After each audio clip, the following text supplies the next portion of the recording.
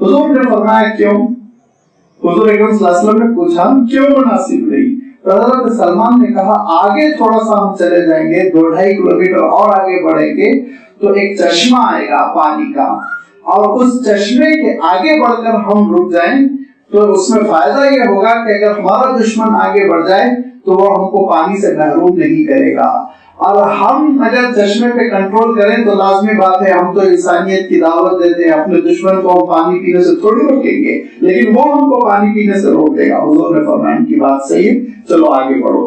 ان کی بات قبول کر لیا مشورہ اللہ کے رسول صلی اللہ علیہ وسلم نے۔ حالانکہ آپ سوچئے کہ وہ اللہ کے رسول ہیں، ان کو کسی کا مشورہ سننے کی کیا ضرورت؟ اللہ کے رسول صلی اللہ علیہ وسلم اگر یہ فرما دیتے کہ تمہاری کیا مجال، میرے فیصلے پر تم مداخلت کر رہے ہو، تو حضور اکرم صلی اللہ علیہ وسلم کا ارشاد سراخوں پر ہوتا، لیکن اللہ کے رسول صلی اللہ علیہ وسلم نے امت کی تربیت کے لیے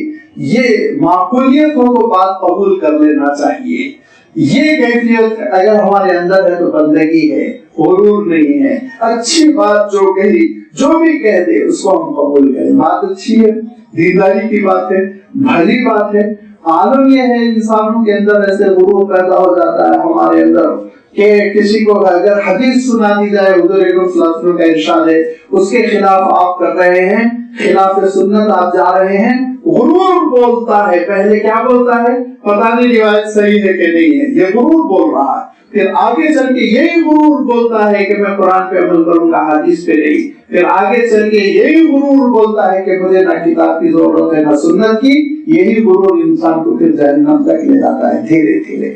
لہذا جو بیماری آگے چل کے بہت خطرناک مہلک ہونے والی ہے، اس کے سمٹمز پہ کنٹرول کرنے، شروع میں کنٹرول کرنے، غرور کو اپنے قریب نہ پھٹکنے دیں۔ فرمایا میرے پیارے بندے کیسے ہوتے ہیں؟ جو میری آیتوں پر یقین رکھتے ہیں، اور جب کبھی میری آیتوں کی یاد دہانی کی جاتی ہے تو سجدوں میں گر جاتے ہیں۔ بندگی ان کے اندر حمد و ستائش کرتے ہیں، تسبیح کرتے ہیں اپنے رب کی، اور ذرہ برابر غرور نہیں کرتے۔ فرمایا لوگوں نے حضرت عیسیٰ علیہ السلام آپ کے مقام کو بڑھانے کے لیے کیا کیا؟ آپ کو خدائی میں شریک کر دیا، لیکن حضرت عیسیٰ علیہ السلام خود اپنے مقام کو بڑھانے کے لیے کیا کرتے تھے؟ لَن يَسْتَنْكِفَ الْمَسِيحُ أَن يَكُونَ عَبْدًا لِلَّهِ۔ حضرت مسیح چاہتے تھے کہ اللہ کے بندے بنے، بندگی کریں، اس کے دربار میں نمازیں پڑھیں، اس کے دربار میں ہاتھ پھیلائیں، اس سے سوال کریں، اس کو خوش کرنے کی کوشش کریں۔ حضرت عیسیٰ علیہ السلام کی خواہش تو یہ ہے بندگی ہو، اور ان کے بھٹکے ہوئے پیروکار، ان کے پیروکار کیوں ہیں؟ صرف غلط نام لیوا قسم کے لوگ، وہ ان کو خدائی میں شریک کرنے کی کوشش کر رہے ہیں۔ تو بندے کی معراج کامیابی اور بلندی یہ ہے کہ وہ پروردگار کا بندہ ہو جائے، اور پروردگار کے آگے ایسا جھک جائے، ایسا جھک جائے کہ فرائض تو فرائض وہ نوافل بھی ادا کرے، جن نوافل کی ادائیگی میں رات کی نیند قربان کرنی پڑتی ہو۔ تو تجافا جنوبهم عن المضاجع يدعون ربهم خوفا وطمعا، ان کے پہلو بستروں سے جدا ہو جاتے ہیں، پکارتے ہیں اپنے رب کو خوف کے ساتھ بھی، خواہش کے ساتھ بھی۔ خوف بھی ہے کہ نافرمانی کی وجہ سے کہیں اس کی سزا کی مستحق نہ ہو جائے، طمعاً خواہش بھی ہے کہ اس کی رحمتیں بے کنار ہیں، اس کی رحمتیں بے شمار ہے، لہذا وہ رحمتیں مل جائیں۔ لہذا اللہ تعالیٰ سے تعلق ان کا اتنا مضبوط ہے، اتنا مضبوط ہے کہ دین کی وہ عبادتیں جو فرض ہے وہ تو ادا کرتے ہی کرتے ہیں، اس میں کیا شک و شبہ، اور رات میں بھی اٹھ کر وہ اللہ تعالیٰ کی عبادت کرتے ہیں۔ یہ اللہ تعالیٰ سے تعلق کی نوعیت ہے اور کیفیت ہے۔ لازمی بات ہے کہ جو فضیلت قیام اللیل کی آئی ہے وہ آپ نے بارہا سنی ہوگی۔ سارے نوافل میں رات کی نفل نمازیں جو ہوتی ہیں، جن کو آپ قیام اللیل سے موسوم کریں، جن کو آپ تہجد سے موسوم کریں، کچھ بھی کہہ لیں، ان کی بڑی فضیلت آئی ہے۔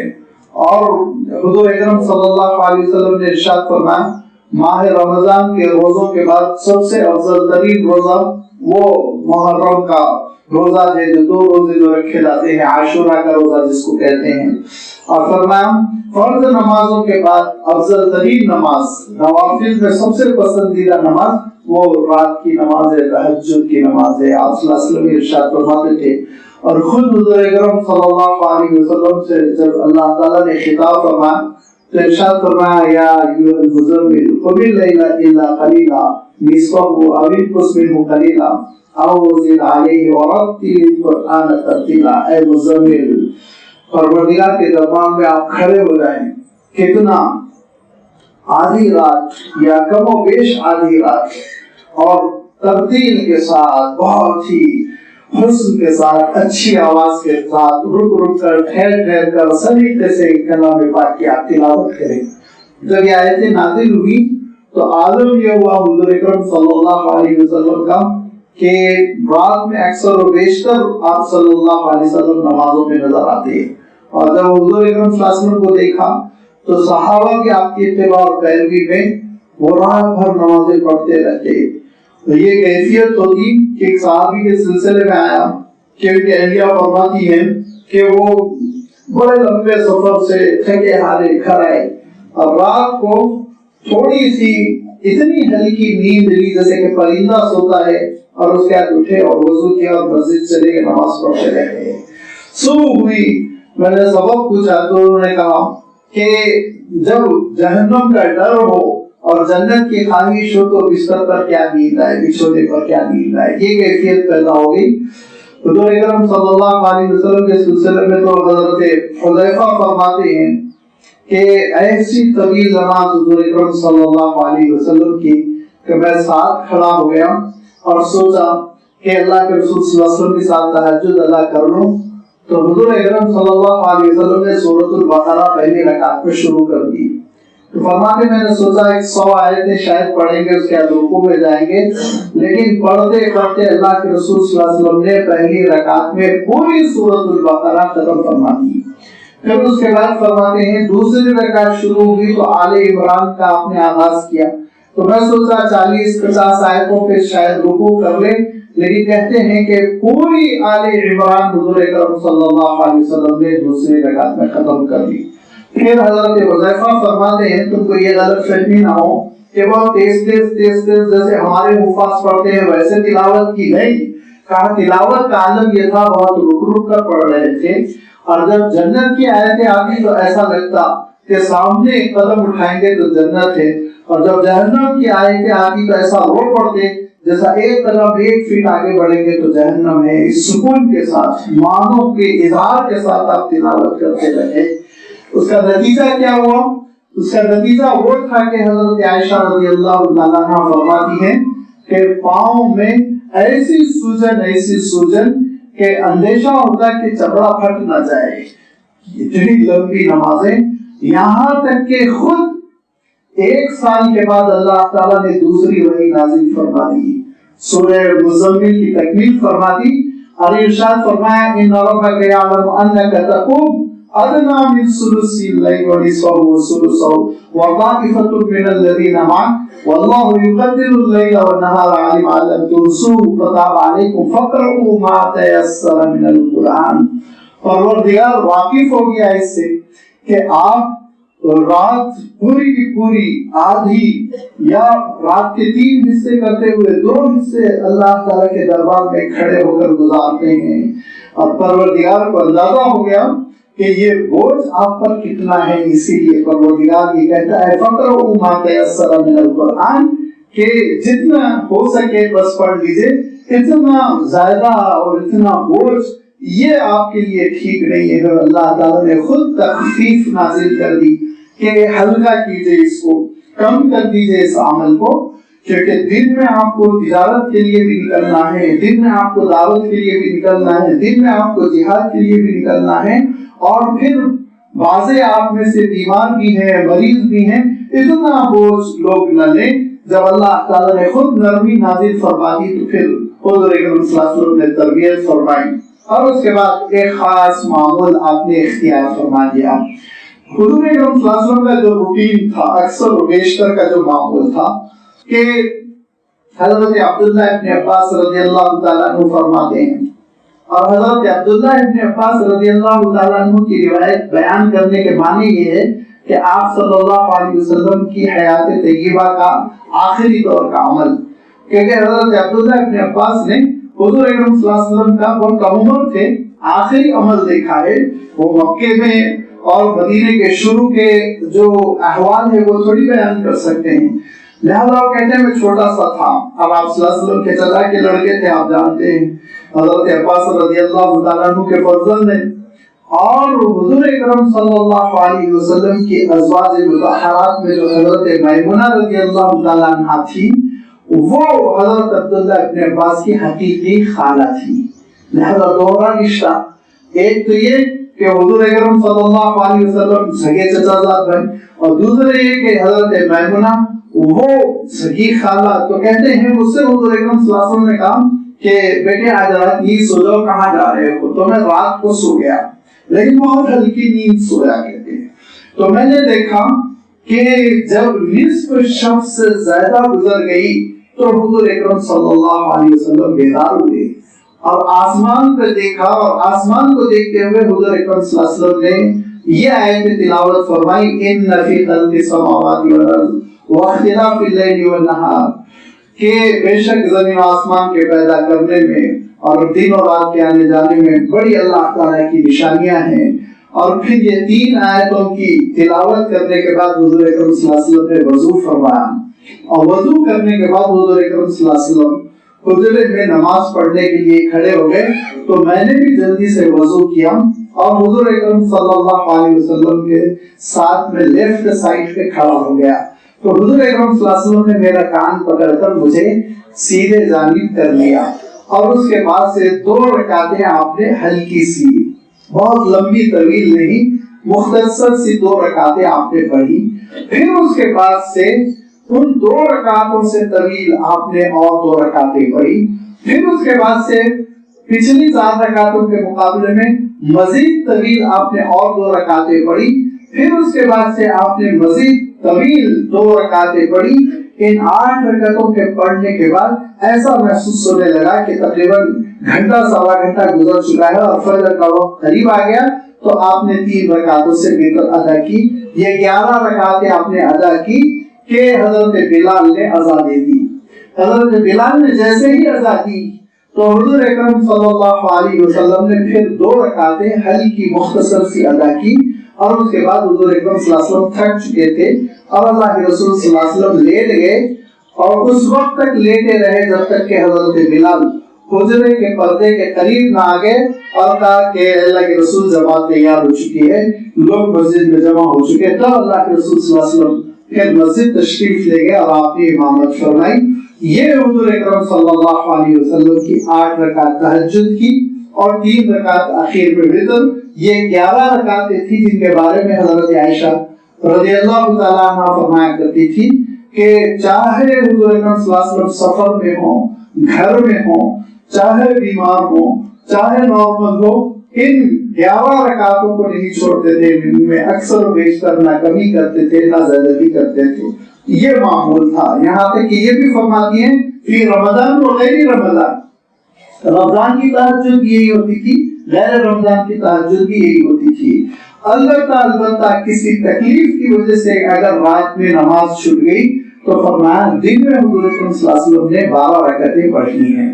دن میں 12 رکعتیں حضور اکرم صلی اللہ علیہ وسلم نے ادا کی، کیونکہ قضا تو نہیں ہے لیکن عبادتوں میں کمی نہ رہ جائے، یہ سوچ کے حضور اکرم صلی اللہ علیہ وسلم نے پھر 12 رکعتیں پڑھی ہیں۔ اور کبھی کبھی حضور اکرم صلی اللہ علیہ وسلم شدید سفر میں پریشانی میں رات بھر جگنا پڑا ہو تو 2 رکعتیں بھی پڑھی ہیں کم سے کم۔ اور ایک سفر ایسا ہے جس میں حضور اکرم صلی اللہ علیہ وسلم نے تہجد نہیں پڑھی، وہ سفر ہے کون سا؟ حجۃ الوداع میں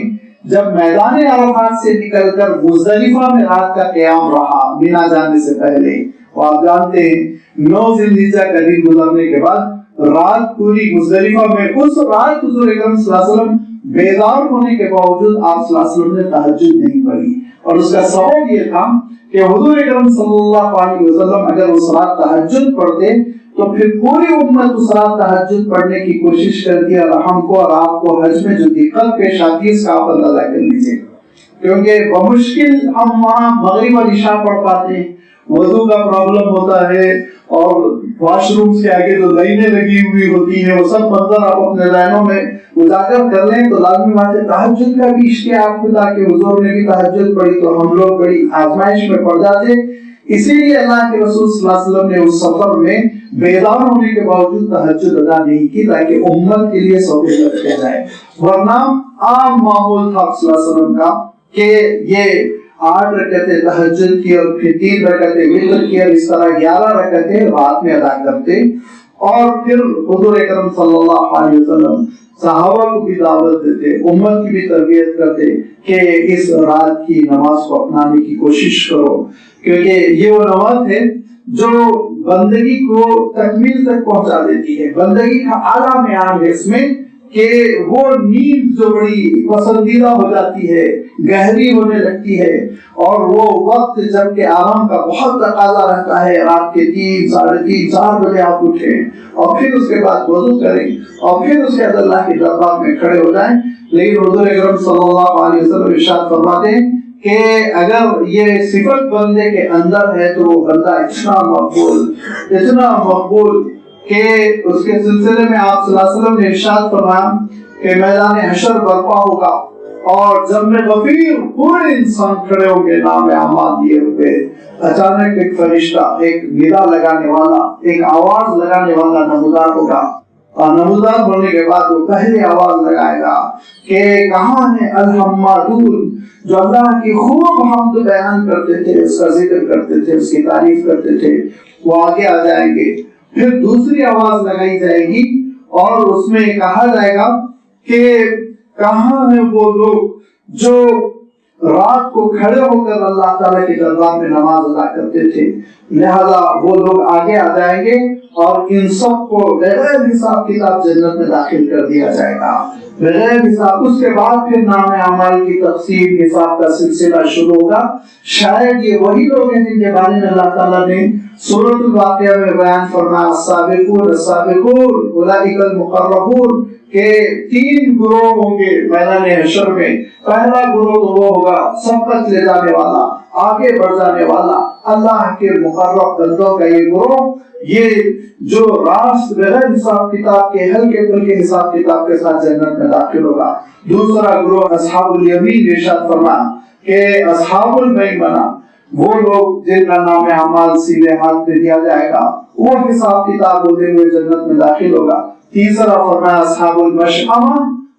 وہ جن کا بائیں ہاتھ کی جانب سے نام اعمال دیا جائے گا، وہ برباد ہو جائے گا، مصیبت میں پھنس جائے گا۔ تو میں عرض کر رہا تھا کہ حضور اکرم صلی اللہ علیہ وسلم نے ارشاد فرمایا کہ یہ وہ عمل ہے تہجد کی نماز جو بہت اللہ تعالیٰ کا تقرب دیتی ہے۔ حضرت معاذ بن جبل رضی اللہ تعالیٰ عنہ فرماتے ہیں کہ ہم لوگ لوٹ کر آ رہے تھے غزوہ تبوک سے، اور ایک مرتبہ میں نے دیکھا حضور اکرم صلی اللہ علیہ وسلم بالکل اکیلے بیٹھے ہوئے ہیں، سب اپنا اپنا سامان اتار رہے ہیں، جما رہے ہیں، اپنی اپنی فکر میں لگے ہوئے۔ حضور اکرم صلی اللہ علیہ وسلم بہت اکیلے ہیں، تنہا ہے، تو فوراً آپ کی خدمت میں پہنچ گیا اور حضور اکرم صلی اللہ علیہ وسلم سے میں نے عرض کیا اللہ کے رسول وہ نسخہ بتا دیجئے جو جہنم سے دور کر دے، جنت میں داخل کر دے۔ تو فرمایا کہ بات تو تم نے بہت اونچی، بہت بڑی پوچھی، بہت مشکل ہے، لیکن بس اللہ جس کے لیے آسان کر دے اس کے لیے بہت آسان ہے۔ پھر حضور اکرم صلی اللہ علیہ وسلم نے ارکان اسلام بتاتے ہوئے ارشاد فرمایا تم جانتے ہو جنت کے دروازے کیا ہیں؟ ابواب الجنہ، فرمایا جنت کے دروازے کیا ہیں؟ فرمایا 3 جنت کے دروازے ہیں، یاد رکھو۔ اور ان 3 جنت کے دروازوں کے سلسلے میں ارشاد فرمایا کہ ایک تو یہ کہ روزہ رکھو، روزے کا اہتمام کیا کرو، کیونکہ روزہ جو ہے وہ تم کو جہنم سے ڈھال بن جائے گا۔ دوسری بات یہ ارشاد فرمائی صدقہ دیا کرو، کیونکہ صدقہ جو ہے اللہ کی ناراضگی کو ٹھنڈا کر دیتا ہے، ختم کر دیتا ہے۔ تیسری بات ارشاد فرمائی رات میں اللہ تعالیٰ کے دربار میں اٹھنے اور کھڑے ہونے کی عادت ڈالو، قیام اللیل کی، اور اس قیام اللیل کے تذکرے کے ساتھ ارشاد فرمایا تتجافی جنوبہم عن المضاجع یدعون ربہم خوفا وطمعا، کہ یہ وہ بندے جو رات میں اللہ تعالیٰ کے دربار میں کھڑے ہو جاتے ہیں اور بستروں سے ان کے پشت اور بچھونوں سے ان کی پیٹیں جدا ہو جاتی ہیں پروردگار کو پکارنے کے لیے۔ یہی آیت آپ صلی اللہ علیہ وسلم نے تلاوت فرمائی۔ اور حضرت عبداللہ ابن سلام رضی اللہ تعالیٰ عنہ بہت بڑے یہودی عالم تھے مدینہ منورہ کے، جب حضور اکرم صلی اللہ علیہ وسلم کی آمد کا چرچا ہوا کہ آخری رسول آنے والے ہیں، وہ ہجرت کر چکے، مکے سے نکل چکے، مدینہ پہنچنے والے ہیں. تو حضرت عبداللہ ابن سلام کہتے ہیں میں بھی ٹکٹکی لگائے دیکھتا تھا کب آ رہے ہیں، کون آ رہے ہیں. یہاں تک کہ شور ہو گیا، آ گئے. میں بھی دوڑ کے گیا. جب میں نے آپ صلی اللہ علیہ وسلم کا چہرہ دیکھا تو میں نے چہرہ دیکھتے ہی کہا یہ نبی صادق کا چہرہ ہے. میں دل دے بیٹھا، مجھے صاف محسوس ہو گیا کہ یہی اللہ کے رسول ہیں. لہذا میں دھیرے دھیرے قریب گیا تو حضور اکرم صلی اللہ علیہ وسلم جو واعظ فرما رہے تھے، جو نصیحت فرما رہے تھے، تو حضور اکرم صلی اللہ علیہ وسلم کی جو باتیں میں نے سنی وہ یہ کہ آپ صلی اللہ علیہ وسلم یہ ارشاد فرما رہے تھے یا ایھا الناس افشوا السلام، لوگوں سلام پھیلایا کرو، سلام خوب کیا کرو. یا ایھا الناس افشوا السلام وَأَطْعِمُوا الطَّعَامَ، کھانا کھلایا کرو بھوکوں کو، ضرورت مندوں پر خرچ کرو، کھانے کی عادت ڈالو، کھلانے کی عادت ڈالو. یا ایھا الناس افشوا السلام وَأَطْعِمُوا الطَّعَامَ، ارشاد فرمایا کہ وَصَلُّوا وَالنَّاسُ نِيَامٌ، اور اس وقت نماز پڑھو جبکہ پبلک سوتی رہتی ہو، لوگ سوتے رہتے ہوں. اگر تم یہ کام کرو گے تو تدخلوا جنت ربکم بسلام، سلامتی کے ساتھ اپنے پروردگار کی جنت میں تم داخل ہو جاؤ گے. سلامتی کے ساتھ تم اپنے رب کی جنت میں داخل ہو جاؤ گے. یہ حضور اکرم صلی اللہ علیہ وسلم نے جب ارشاد فرمایا تو یہ الفاظ میرے دل میں گھر کر گئے اور پھر میں نے فوراً ایمان قبول کیا اور حضور اکرم صلی اللہ علیہ وسلم کے ہاتھوں میں نے بیعت کر لی. تو اللہ کے رسول صلی اللہ علیہ وسلم بڑی تاکید کیا کرتے تھے کہ رات کا کچھ حصہ اللہ تعالیٰ کے دربار میں کھڑے ہو کر بتایا کرو. اور خود اللہ تعالیٰ نے قرآن پاک میں ارشاد فرمایا والذین یبیتون لربہم سجدا وقیاما، میرے پیارے بندے وہ ہیں جو میرے دربار میں سجدے اور رکوع کے ساتھ رات گزارتے ہیں. لہذا یہ وہ قیام اللیل ہے جس کی عادت ہم کو ڈالنی چاہیے، جس کی ہم احیاء اللیل کی اس رات بیداری، شب بیداری کی ہم کو کوشش کرنی چاہیے. اس سے بڑا مقام نصیب ہوتا ہے اور یہ وہ کیفیت ہے جسے کہ ولایت ملتی ہے لوگوں کو. لہذا اس کے لیے کوشش کرنی چاہیے. اس کے لیے اولین کوشش کیا ہے؟ اس کے لیے پہلی کوشش کیا ہے؟ ہمارے یہاں عام طور پر ہوتا یہ ہے کہ بڑی بڑی نیکیوں کی رغبت دلا دی جاتی ہے لیکن انیشیل اس کے لیے ہم کیا کریں وہ نہیں بتایا جاتا. فرسٹ اس سے پہلا زینہ کیا ہونا چاہیے؟ پہلا زینہ رات میں جلدی سو جائیں. اس کے لیے اگر آپ کو حاصل کرنا ہو تو پہلی چیز، پہلی عادت یہ ڈالیں کہ دیر تک نہ جاگیں. عشاء کے بعد جلد از جلد سونے کی کوشش کریں. جلدی کوئی 10 بجے تک اگر رات سو جائے گا تو ایٹومیٹیکلی 3 ساڑھے 3 4 بجے کے آس پاس اس کی آنکھ کھل کر رہے گی. یہ انسانی نفسیات ہے کہ 6 گھنٹے کے بعد ایک بار اس کے اندر ایک ہلچل سی مچتی ہے اور ایک بیداری کی کیفیت پیدا ہوتی ہے. حضور اکرم صلی اللہ علیہ وسلم ارشاد فرماتے ہیں جیسے ہی یہ بندہ اٹھا اور اس کے بعد وضو کیا تو اب اللہ تعالیٰ اس کے ذہن کی جو گرہ ہیں وہ کھلتا چلا جاتا ہے. اور پھر اس کے بعد اس نے نماز پڑھ لی اور صبح کی تو آپ صلی اللہ علیہ وسلم ارشاد فرماتے ہیں بہت فریش رہے گا، بہت نورانی اس کی صبح رہے گی اور بہت ہی اچھے سے وہ سرور کرے گا. غفلت کی نیند نہ سونے کی وجہ سے اس کے اندر بہت اطمینان کی کیفیت ہوگی. چنانچہ پہلا قدم جو اٹھانا پڑے گا وہ یہ کہ ہم جلدی سونے کی عادت ڈالیں. سوئیں گے 12 1 1.5 2 بجے، پھر اس کے بعد سے 3 بجے اٹھنے کی کوشش کریں گے تو 2 2.5 گھنٹے کی نیند کافی نہیں ہوگی اور اس کے بعد شیطان بھی تھپک تھپک کر سلائے گا. لہذا یہ شب بیداری اور تہجد کی نعمت ہم کو ملنے والی نہیں. اور جب کوئی بڑی نعمت ہوتی ہے تو یاد رکھیے اس کے لیے قربانی دینی پڑتی ہے. بغیر قربانی آپ کو کوئی نعمت نہیں ملتی. دنیا میں چھوٹی چھوٹی حقیر کامیابیاں نہیں ملتی جب تک کہ انتھک محنت نہ ہو. تو یہ اخروی وہ نعمتیں، روحانی وہ نعمتیں ہیں جن کے لیے تو انسان کو بڑی سے بڑی قربانی دے دینی چاہیے. لہذا پہلی عملی قربانی یہ ہے کہ ہم رات جلدی سونے کی کوشش کریں. حضور اکرم صلی اللہ علیہ وسلم ارشاد فرماتے تھے کہ رات کو عشاء پڑھ لینے کے بعد اب گفتگو نہ کرو ادھر ادھر کی، سو جاؤ. ناپسند فرماتے تھے عشاء کے بعد کی گفتگو کو، ناپسند فرماتے تھے آپ صلی اللہ علیہ وسلم. عشاء کے ساتھ فوراً ہی سونے کی ترغیب دیتے تھے. دوسری ایک بات اور بھی ہے کہ اللہ کے رسول صلی اللہ علیہ وسلم کا ارشاد ہے بطور امانت اس کو پہنچانا ضروری ہے کہ آپ صلی اللہ علیہ وسلم نے فرمایا کہ جو عشاء کی نماز جماعت کے ساتھ ادا کرے اور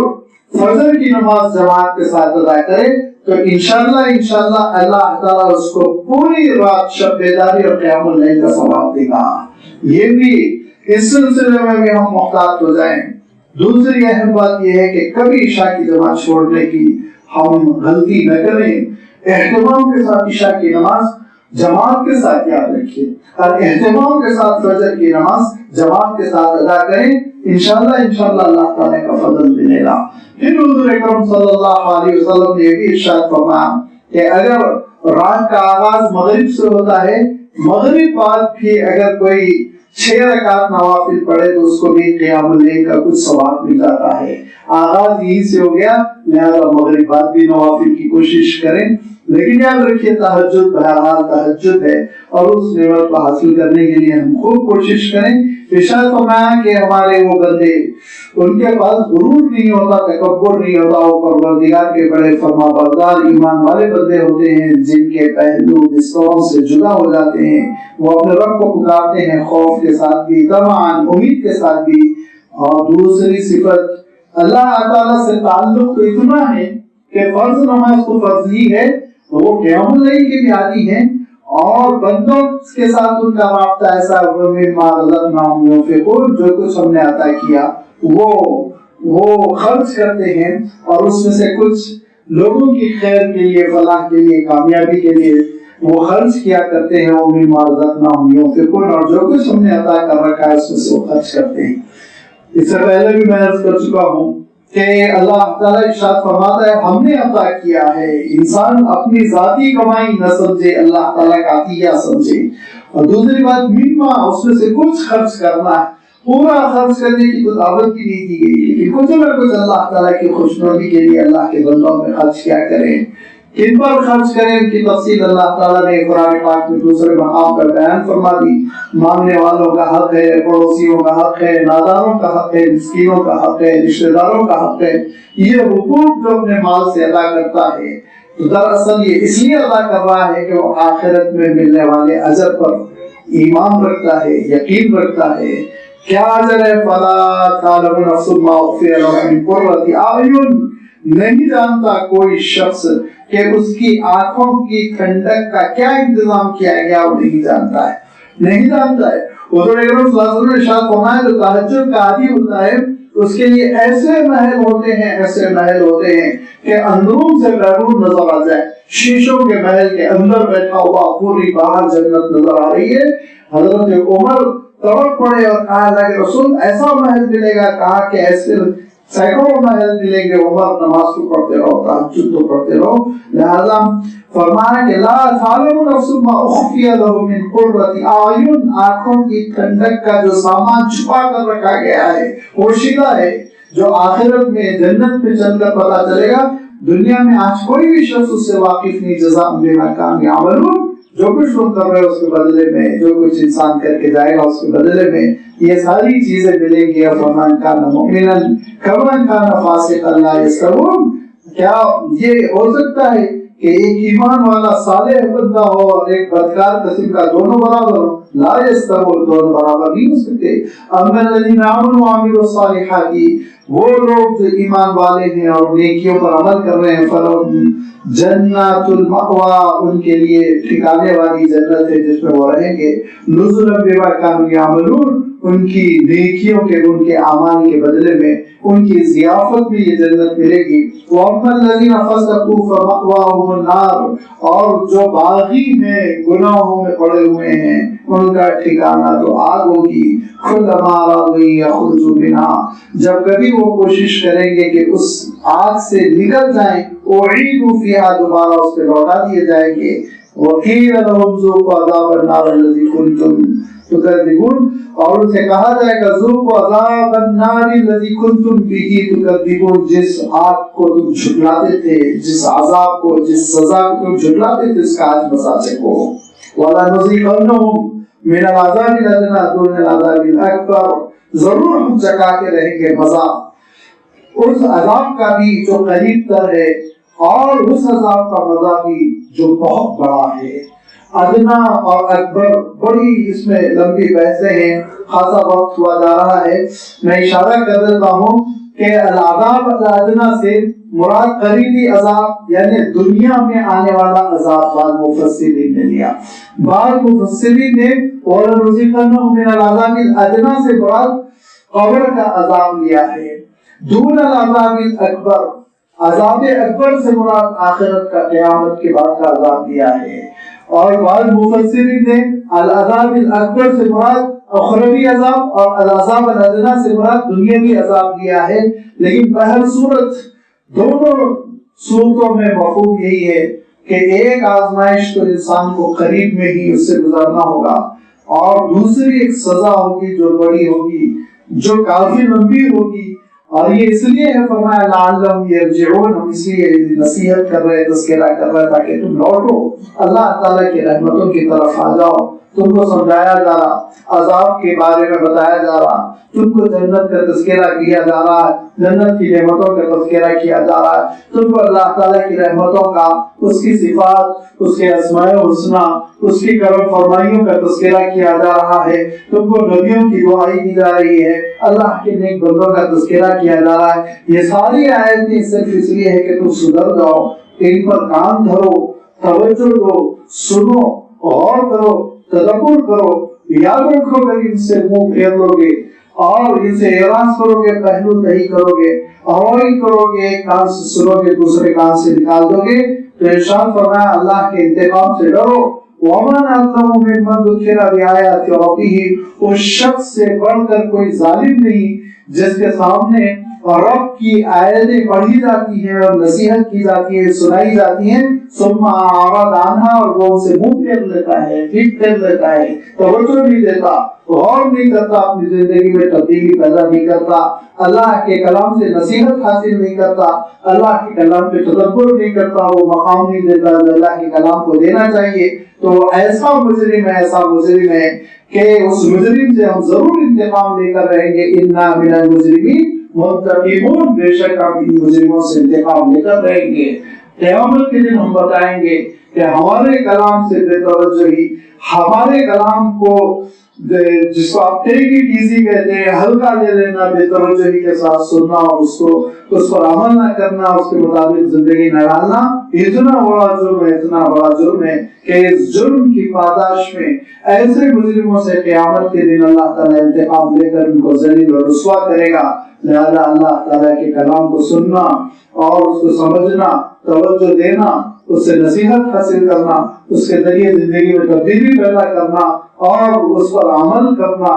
یہ ازحد ضروری ہے، یہ کامیابی کی کنجی ہے۔ اللہ تعالیٰ ہم سب کو عمل کی توفیق عنایت فرمائے۔ وآخر دعوانا ان الحمد للہ رب العالمین۔